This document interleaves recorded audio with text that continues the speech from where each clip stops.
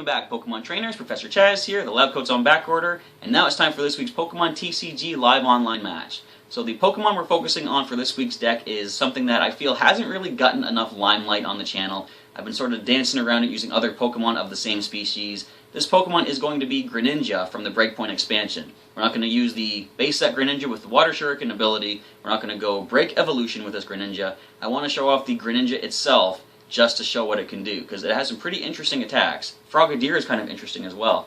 The Frogadier can put a bunch of other Frogadier on the bench without having to evolve up to it, and you can also use the Greninja with some pretty interesting attacks. So I'm not going to mention anything more right here. I want to show off the cards as I mention what they can do.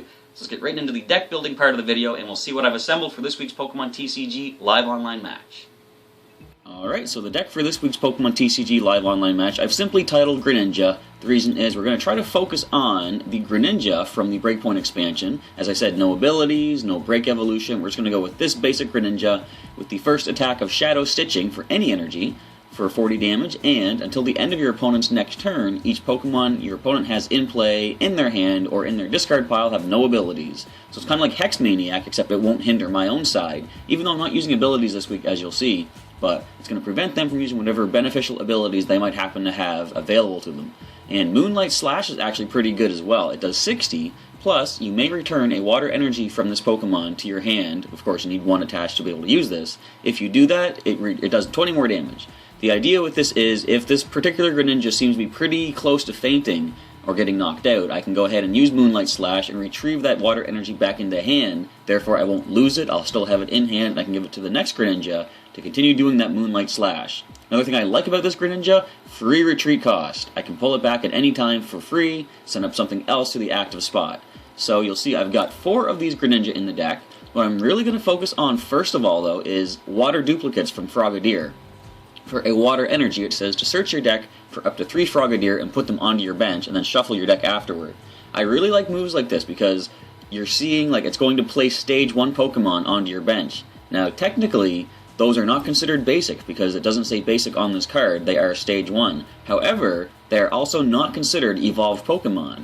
Now, clearly, as the card states, and anyone that plays the video game knows, the only way to get a Frogadier is to evolve a Froakie into Frogadier.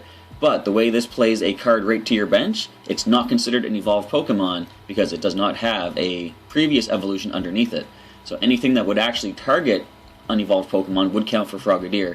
Anything that counts for evolved Pokemon wouldn't affect Frogadier. So there's not a lot of those things that come up in the TCG these days. There have been in the past. But anyway, if something was to come along that has an effect on evolved or unevolved Pokemon, a water duplicate Frogadier would be an interesting way to get past that. I have 4 of those in the deck. Now, I'm only running 2 Froakie. Now, of course, I can only play 2 Froakie to get 2 Frogadier, 2 Greninja in play. But, of course, as I've said, the water duplicates of Frogadier is going to place these Stage 1s right into play. I do not need the basic Froakie on bench to be able to play these Frogadier. So, I'm hoping to be able to use Bridget, as you'll see one of my trainer cards, to get the basics out into the bench and have the Frogadier in the active spot and fill up the bench with the remaining Frogadier from my deck. Therefore, I can then evolve them all into Greninja. So we do have 2 Froakie, 4 Frogadier, 4 Greninja in play, and I realized I need to have more basics. If this was all I was going to go with, I've only got 2 basics in the deck. I can't even count the number of mulligans I would expect to find. I was trying to think, what other basics should I include? Well, in honor of yesterday's capture in Pokemon Blue, I decided let's go back to the Roaring Sky set and bring back Zapdos. You'll see he is 120 HP, and this is a lightning Pokemon in the deck. Drill Peck can do a decent 20 for 1 lightning energy. Raging Thunder is the more powerful hit, of course. 2 Thunder and a colorless. It does 120 with the drawback of doing 40 damage to one of my own bench Pokemon. So there are ways I'm going to have to get around that, as you'll see when we get to the trainer cards. But I figure, yeah, adding 2 Zapdos would be pretty nice. And as I say, in honor of the capture in Pokemon Blue. And for some reason, which I won't divulge yet, I decided let's also go with Articuno from the Roaring Skies as well. This is actually pretty good to help thin your deck and get better cards from your draws. The first attack, Find Ice, for 1 water energy, says search your deck for up to 3 water energy cards, reveal them, and put them into your hand. So you're going to be getting those basic energies out of the deck, reducing the chance of drawing just a basic energy off the top on your next turn. And of course, Freezing Wind, for 2 water and 2 colorless, does 100 damage. So those are the 14 Pokemon. Quick look at the energy cards. I have 8 basic water energy, 5 basic lightning, And just for the heck of it, I'm going to give Splash Energy from BREAKpoint a try as well. You can only attach it to a Water-type Pokemon, and it provides Water Energy, but when the Pokemon it's attached to gets knocked out by damage from an opponent's attack, you put that Pokemon into your hand. So all the Pokemon cards go in hand, everything else will be discarded. But if I do have a Frogadier, Greninja in play, and I give it the Splash Energy, a knockout means I'm getting those Pokemon cards back into my hand. And those are the 15 energy cards I'm running with. 31 trainer cards. I'm going to start with a couple of dive balls, as you can see here. A couple energy retrievals, because I like to run a combo of, as you'll see, Professor's Letter, Ultra Ball, and energy retrieval. Escape Rope to help maneuver some Pokemon. Now, Zapdos has a 2 retreat cost, and Articuno has 1 retreat cost. If I can save myself losing the energy, I do have the Escape Rope, plus it forces my opponent to switch as well. And here's an Evo Soda to help get your Frogadier or Greninja into play quicker. There's that Professor's Letter, going to find 2 basic water energy, or sorry, 2 basic any energy from your deck, put them right into your hand. I've found myself really liking Super Rod lately. If you've lost some energy or Pokemon, you can shuffle 3 in any combination of those cards from the discard pile back into your deck. And some decks that I tend to run don't have a full number of full evolutionary line of Pokemon. If I lose one, that sometimes seals the deal for my match. And I find Super Rod is a good way to bring that Pokemon back, as well as a couple other cards. And moving down, we see a couple of Ultra Balls. All I need to do is play a Professor's Letter to grab some basic energy, play that Ultra Ball, discard those energy to find a Pokemon, and then energy retrieval those energy back into hand. It's a 3 trainer card combo, but it works pretty well. It gives you a Pokemon that you need anywhere from the deck, and basically you don't lose anything by doing so. And I always got to run a couple of Versus Seekers to bring back some supporters I'll be using. First one will be Bridget, as I mentioned. Let you find 3 basic Pokemon or 1 basic Pokemon EX, and place that card or those cards right onto your bench. And Lysandre is always there for good maneuvering of your opponent. Bring something up to the active spot that might be close to a KO, and get that KO. Pokemon Center Lady for a basic heal of 60 damage and all special conditions from one of your Pokemon. Pokemon Fan Club lets you find 2 basic Pokemon from within the deck and put them into your hand as opposed to on your bench. I've got Professor Birch's Observations and Professor Sycamore, both are good draw supports. Skyla, I love using now. It lets you search your deck for any other trainer card, even another Skyla if you really wanted to. And if it's an item, stadium, or a tool, you can actually use that on the exact same turn that you just played Skyla. Of course, if you find a supporter, you can't use it until your next turn, but she can at least get you set up for a supporter for the following turn, which is nice. And teammates, I'm going to run, I've said this before, I should probably run at least 1 every time I put a deck together because it's so useful. If it says you can only play this card if one of your Pokemon was knocked out during your opponent's last turn. And if so, you get to search your deck for up to 2 cards and put them into your hand. Any 2 cards you want. Very useful at the cost of losing a Pokemon, which tends to happen in the TCG. So, it's kind of expected. Teammates is actually a really good card that everybody should include at least 1 of. Next up we have Tierno, some more draw support. Play Tierno to get 3 new cards. Wally is here to help like an Evo Soda, but it works on the first turn that you play your Pokemon down as well. Zero Sick to get rid of any supporter cards, sorry, not supporter, any Pokemon tool cards or special energy cards that either player have attached to their Pokemon. So if they have like a hard charm, reducing damage, or anything like that, just get rid of that. Now, just as an off chance that I might need to use this, I'm including Mountain Ring. I've only got 1 in the deck. If I do have Zapdos in the active spot and I'm doing 40 damage to my own side, I can play this Mountain Ring and prevent that damage completely. It prevents all damage done to bench Pokemon by attacks. Now, a better way to actually work this, if I don't find that Mountain Ring, I do have 2 Rough Seas. Once during each player's turn, that player may heal 30 damage from each of his or her Water Pokemon and Lightning Pokemon. So I've only got those types of Pokemon in the deck. What I can do, if I am attacking with Zapdos, I can do the Raging Thunder for 120, 40 to one of my bench Pokemon. This is only going to heal 30, of course, but I can then, on the next turn, when I use the Raging Thunder, do the 40 damage to a different Pokemon. That leaves 10 on the first one, 40 on the next, and on the following turn, I can Rough Seas, heal 30 from both of them, and just repeat the process, kind of bounce the damage back and forth between 2 bench Pokemon. Now, to improve the attack of Greninja, if it's in the active spot, we do have 2 Muscle Bands. It's going to increase the damage of attacks done by my Pokemon by 20 for whoever has this attached. And I always like to put at least one of these Pokemon EX deterrents in here. I'm going with the Head Ringer, which is a tool card that you attach to an opposing Pokemon EX, and it increases the attack cost of that Pokemon by 1 colorless energy more. So that is going to be the deck for this week. We do have 14 Pokemon, 31 trainer cards. I'm trying to get the expanded view to come up. It might come up by the end of the video. And 15 energy cards. So we're going to get into some matches right now and see how well Greninja from BREAKpoint and the legendary birds, except for Moltres, do against the opponents in this week's Pokemon TCG live online match. Alright, Experiment 0 is going up against Greninja and the legendary birds, minus Moltres. Let's see how well this experiment plays out on both sides. So let's call for the head side of the coin, because it's so much fancier. Of course, land tails. So 0 gets to choose and taking the first turn for themselves. So we only have 6 basics. We actually find one of them at least. We get Zapdos. And we do have Bridget in hand actually too, that's great. So, let's hold on to the other Zapdos for now. Alright, so my opponent does have one, and nothing on the bench. An Elgyem, 50 HP.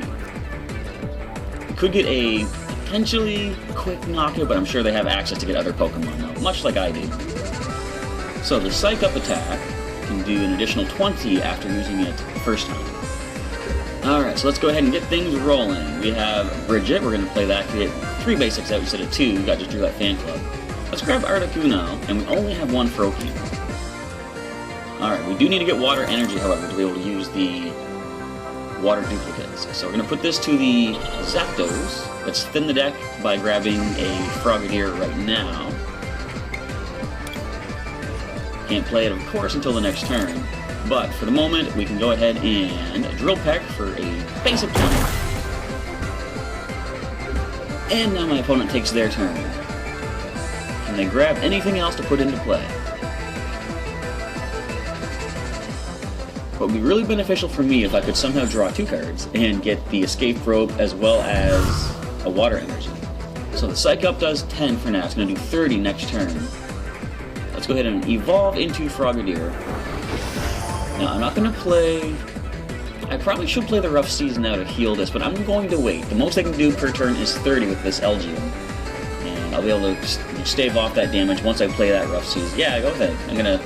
Thanks for reminding me, Fan Club. I'm going to thin the deck, grab another Articuno.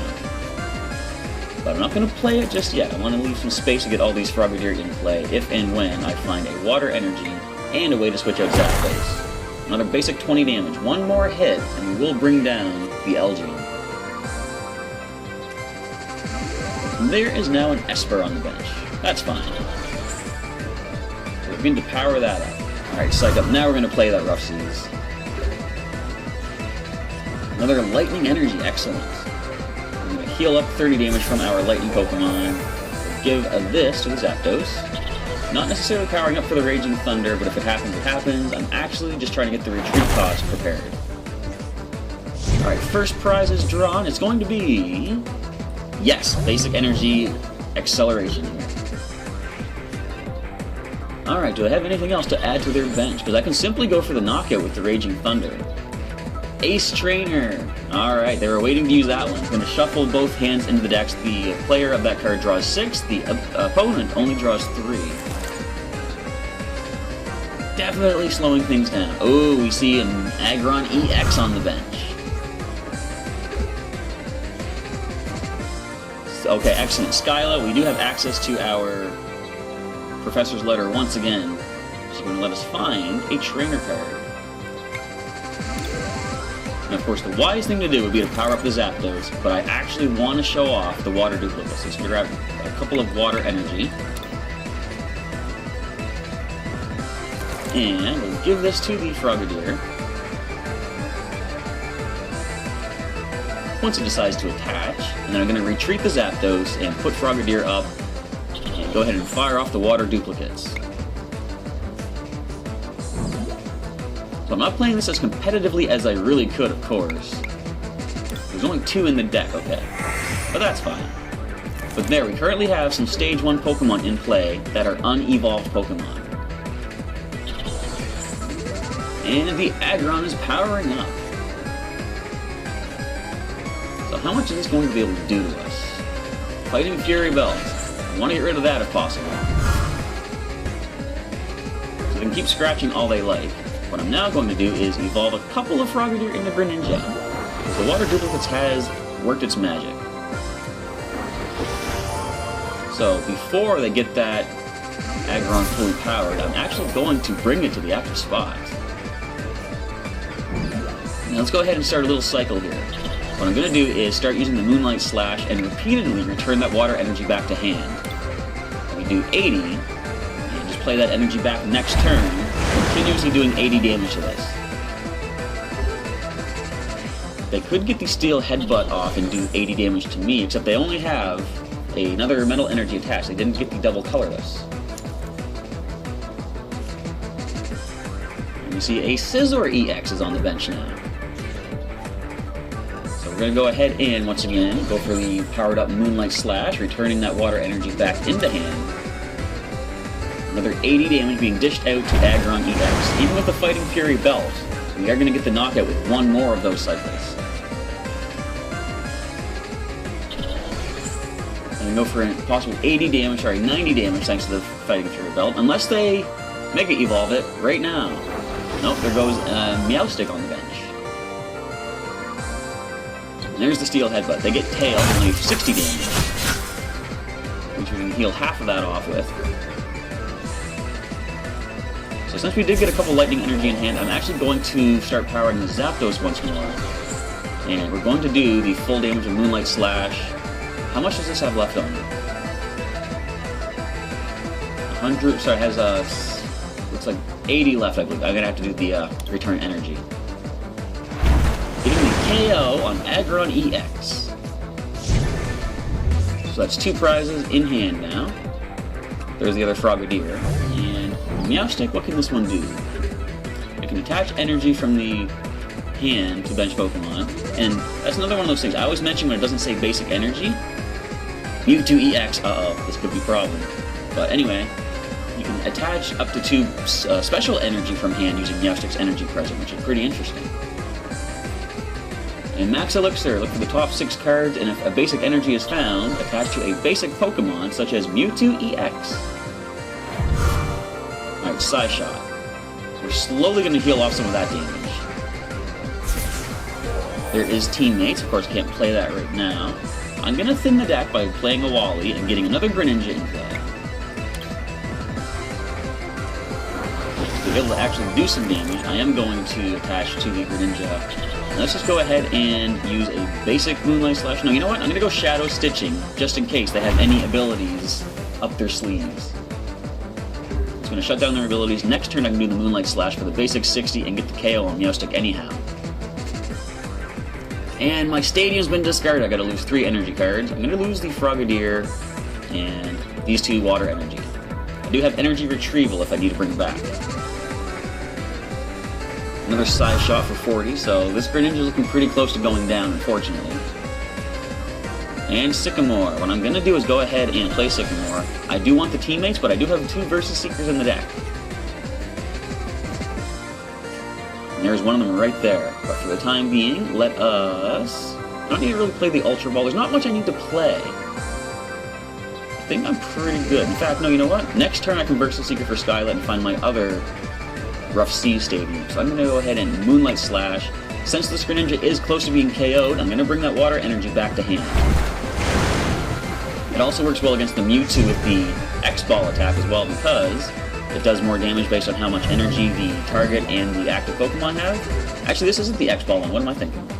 But either way, against that particular Mewtwo-EX, returning the energy to hand is actually smart. It weakens the attack of that X-Ball.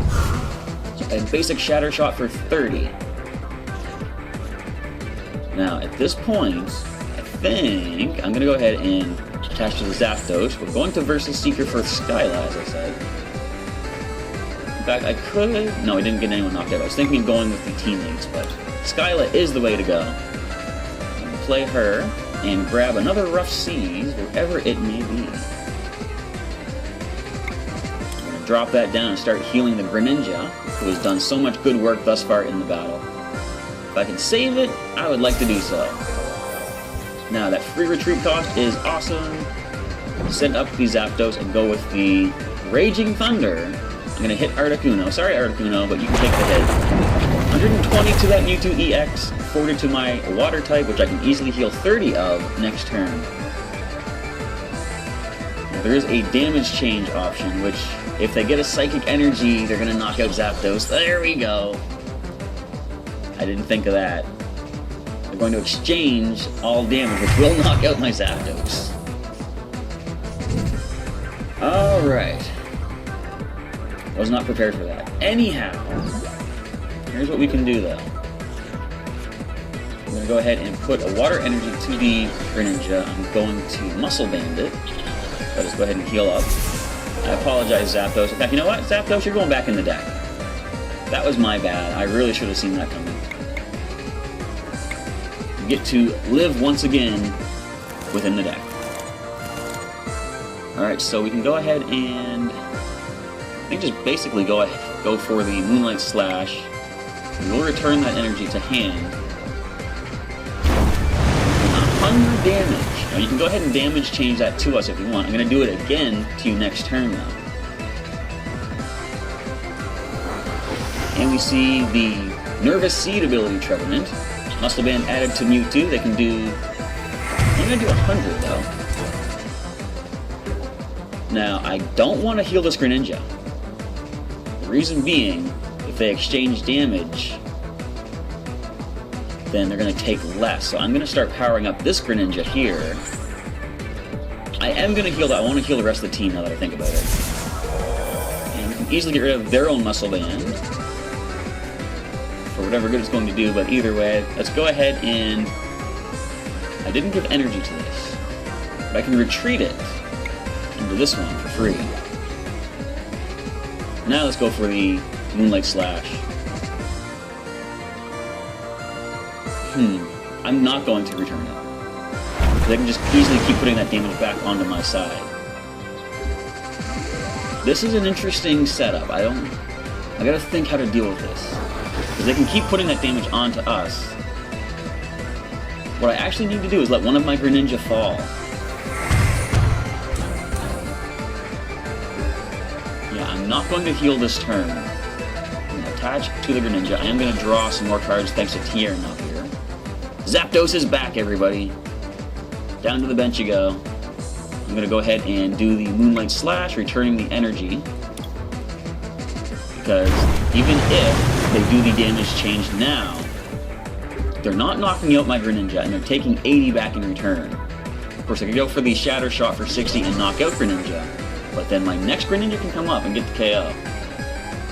And that's going to be the game, actually, because I've only got 2 prizes left to take. Do they see what's about to happen? Of course, we just saw Break Evolution, which doesn't really matter that much because this Greninja is coming up going for 100 damage Moonlight Slash. And that is going to be the game. I don't even need to heal this turn. Normally I would to make sure I'm not making a mistake, but I'm pretty certain this is game over. Mewtwo-EX falls to Greninja, no Break Evolution, no ability, and we see the power of the Moonlight Slash and the Water Duplicates getting your Greninja into play a little bit faster. What do I find off of our awesome prize wheel? 5 tokens and a gift box. And in the gift box, it doesn't show, but we got Lightning Blast powered up, and that is the game. So that's basically going to do it for this week's Pokemon TCG live online match, showing off the Greninja from BREAKpoint. Now, I played it rather sloppily. Like I said, I didn't see that damage change coming the moment Zapdos did the Raging Thunder, but either way, we still managed to pull out a win using some clever maneuverability of our Free Retreat Greninja. So that does wrap up this week's match. Now, if you're interested, and I have a feeling you might be, feel free to come back next Wednesday as we're going to show some video coverage of the Fates Collide pre-release, the new expansion coming up in Pokemon TCG, which I'm going to be covering at the local Pokemon League at Heroes Beacon, which I'll be attending this Saturday. And I'm going to do some video recording and, as I say, do a recap and basically talk you through the process of how a pre-release goes, let you know what kind of cards you're looking at getting. There's those new 22-pack of a basic deck core that they're also giving out as well. I'm curious to see what that is because I do not fully know myself. So I'm going to be learning along the way, as you folks out there will be as well if you watch the video.